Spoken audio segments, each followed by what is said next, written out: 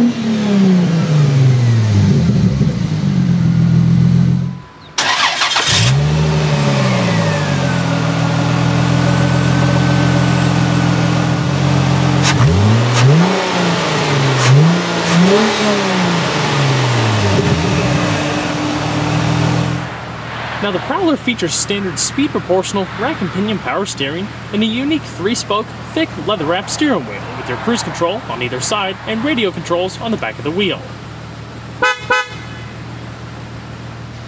As far as the gearbox, the standard and only transmission available for the Prowler was Chrysler's 4.2 LE 4-speed automatic transaxle with manual auto stick shifting ability by pulling it all the way in the back and clicking the shifter left and right. Finished off in a soft leather knob and boot and a chrome housing. And so, we're going to flip on the headlamps, as well as the hazards. The driver's side window is automatic down only, and we're going to check out the exterior. The Prowler concept first made its public debut during the 1993 North American International Auto Show as an all-new halo car for Plymouth. Its innovative heritage-based two-person layout was a striking resemblance to the classic American hot rods produced during the 1950s. Not only was it cool from a nostalgia perspective, but here was a purpose-built hot rod, straight from the factory that came loaded to the gills with premium features, airbags, and even a full vehicle warranty. The only real thing missing to many was the lack of a proper V8 and manual transmission. Truthfully though, Prowler was never really meant to stomp out a Camaro or even play in the same league as a Corvette. It was built to cruise, be seen in, and just have fun. Even though V8 conversions have been done over the years, packaging was one of the original reasons for the V6 4-speed transaxle combo. At least by using a gearbox that could be positioned at the rear, it preserved interior space. Definitely important for a car that's already quite cozy inside. It's always been a dream of mine to have the chance to drive a Prowler. Throughout my experience, I just couldn't stop smiling. Everyone who passes you is likely either waving, honking, giving you a thumbs up, or any combination of the three. It's an amazing feeling. Sure, the Prowler isn't perfect, but in a way, its imperfections give it a character unlike anything else I've ever driven. Then again, isn't that the point of a Prowler? Production originally began during the summer of 1997, offered only in Prowler Purple initially. It didn't offer much in terms of performance at first.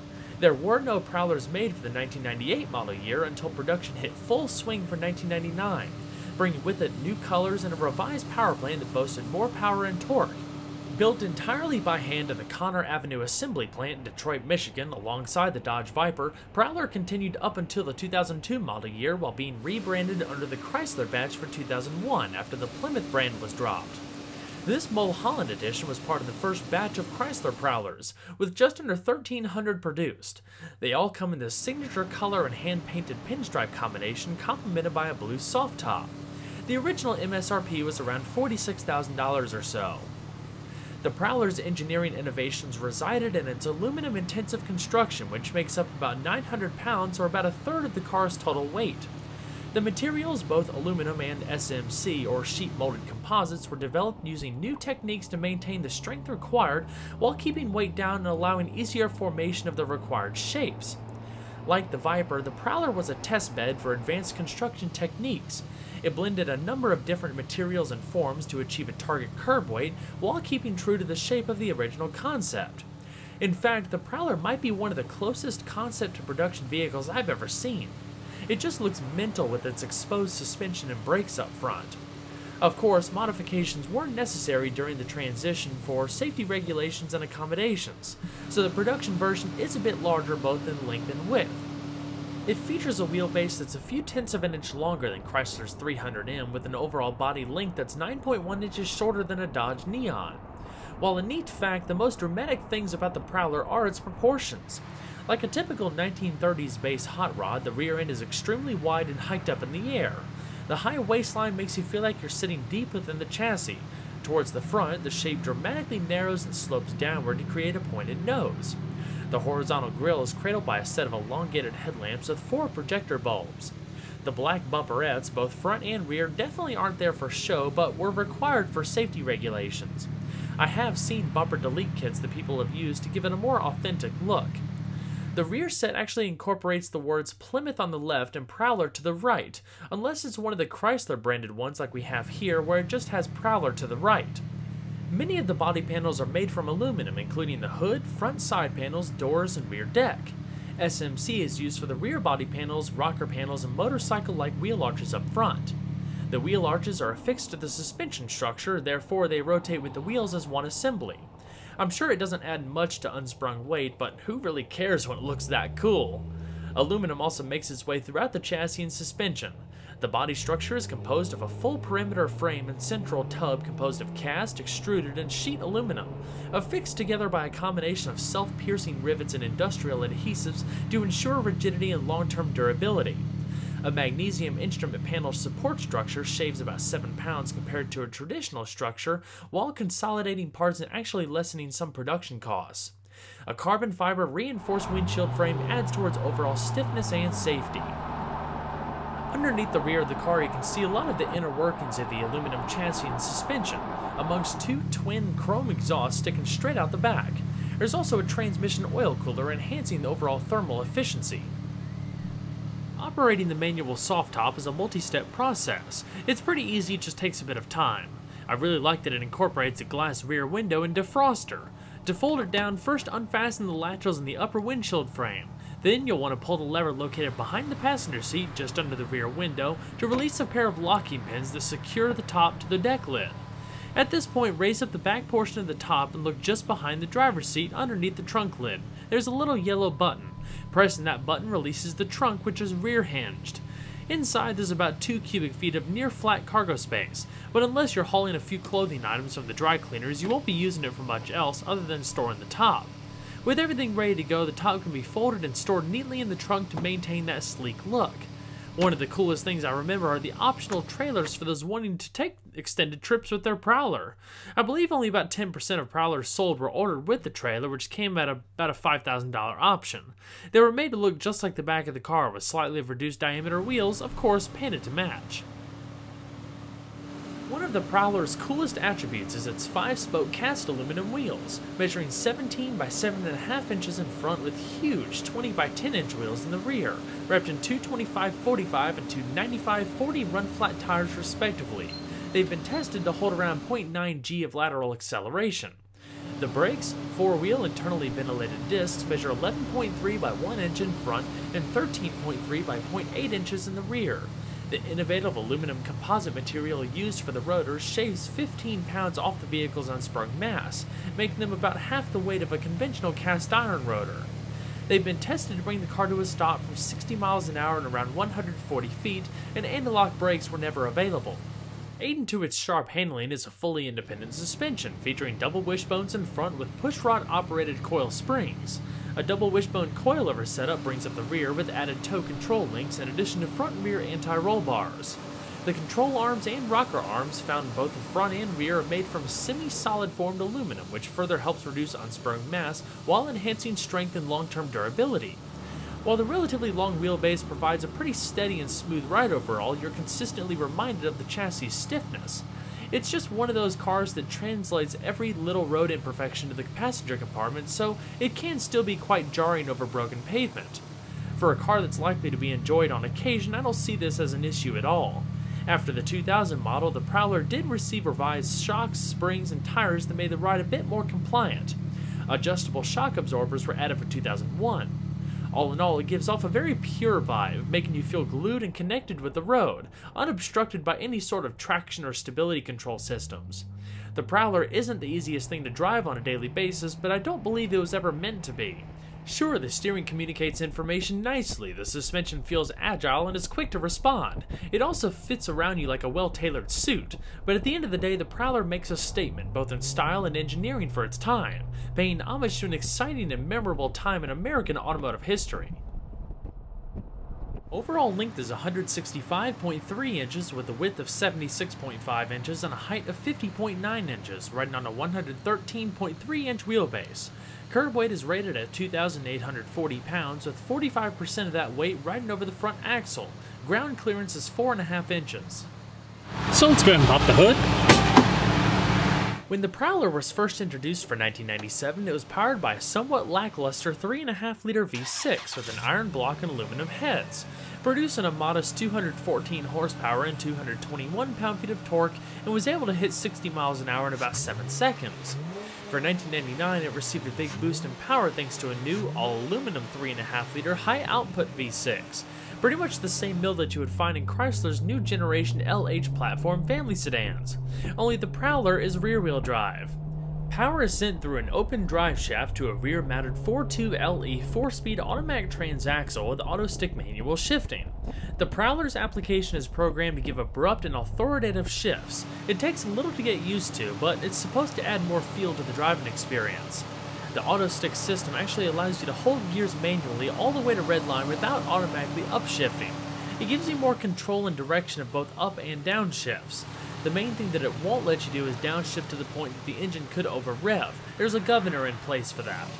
You can even place it into a higher gear at a standstill to limit wheel spin in slippery scenarios.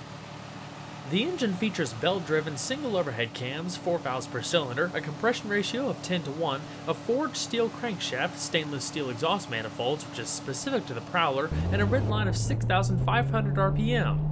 It develops 253 horsepower at 6,400 RPM and 255 pound-feet of torque at 3,950 RPM. This translates to a 0 to 60 time of around 6 seconds, with quarter-mile times averaging 14.5 seconds at a little over 90 miles an hour. Top speed is limited to 130 miles an hour. As far as fuel economy, the Prowler carries a modest 12-gallon tank. It's rated by the EPA between 17 miles to a gallon in the city and 23 on the highway while using premium fuel. The Prowler is just one of those cars that comes with its own set of inherent quirks. Those quirks not only enhance its character, but makes it feel unlike anything else out there, especially on the inside. Paint finish is applied, sanded and finished by hand, and gives a near-mirror quality shine. Climbing into the leather-clad bucket seats isn't too hard, but it does take an extra measure of care as the doors only open up to what I believe is a 45-degree angle. Build quality and materials used need to be thought of respective to the application. The Prowler isn't a luxury car, nor is it entirely bespoke. While it was a test bed for advanced construction and engineering techniques, the interior is more simply laid out, featuring a number of subtle components sourced from the corporate parts bin. I really do like the seats. They provide a good amount of comfort, especially on a level that you wouldn't typically expect from a hot rod. I also like the pattern of the seat with the rectangular accents across the middle, double stitching, and the prancing cat embossed on the backrest. The headrests actually look like roll bars as well. You'll notice behind the seat there's really not much in terms of storage space. What little there is located back in the trunk. There's just a little bit of a lift height for your leg across the threshold, but it's not too bad. You have logoed floor mats and a manual tilting steering wheel. All of the main vehicle gauges are located in the middle of the dash, surrounded by an oval bezel. The bezel is always color-coded to the exterior paint. And another pretty cool, almost retro touch is the odometer tachometer sitting on the steering column. Very cool. So let's go ahead and see if she sounds.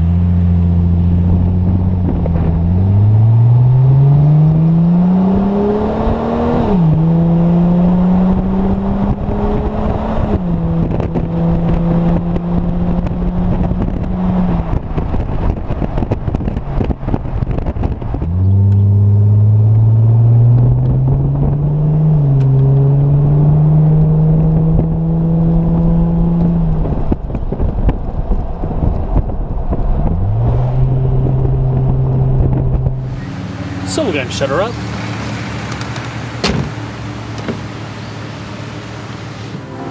Now the Prowler came standard from the factory with a high output 300 watt premium Infinity audio system, fed through an AM/FM radio with tape deck, as well as a rear mounted CD changer behind the passenger seat. With custom graphic equalizer to the left, it definitely has a nice sound to it.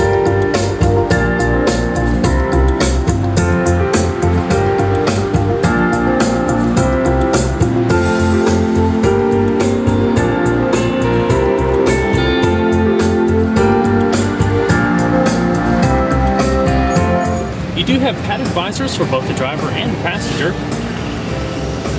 as well as a standard auto-dimming rearview mirror with built-in compass, as well as outside temperature. The dash is by far the coolest part of the Prowler's interior. Color matched to the exterior paint, it features all of your necessary vehicle status gauges. Off to the right, vehicle temperature, fuel, center-mounted speedometer, oil pressure, as well as voltometer. And of course, your steering wheel mounted tachometer, very hot rod-like. Continuing down the center console, your two center-mounted air vents, radio, power outlet off to the far right, as well as controls for the vehicle's speed compensated volume. Your simple-to-use climate controls are located in the very bottom. From the far right, you have your vent and recycling control, temperature, different zones, as well as fan speed, not to mention front and rear defrost. Across the center console, you have your leather-wrapped handbrake, as well as a single cup holder, and a padded center console with a modest amount of storage. Really, in a nutshell, that's pretty much it. Fairly basic interior, but definitely unique and sporty. We'll go ahead and shut her down.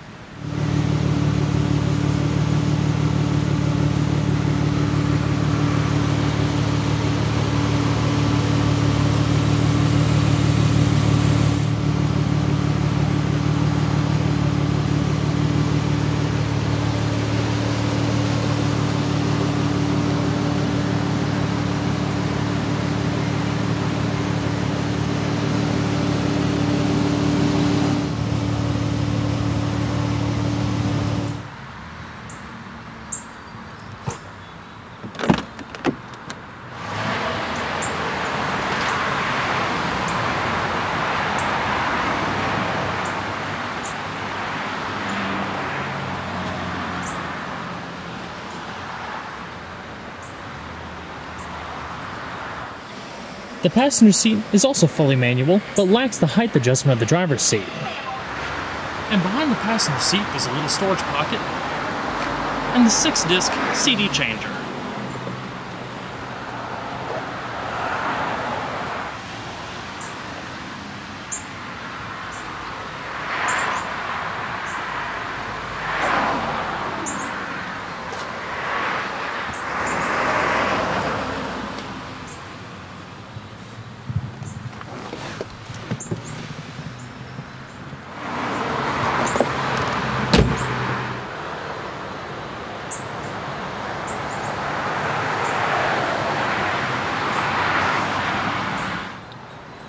And there's also a small locking glove box down below.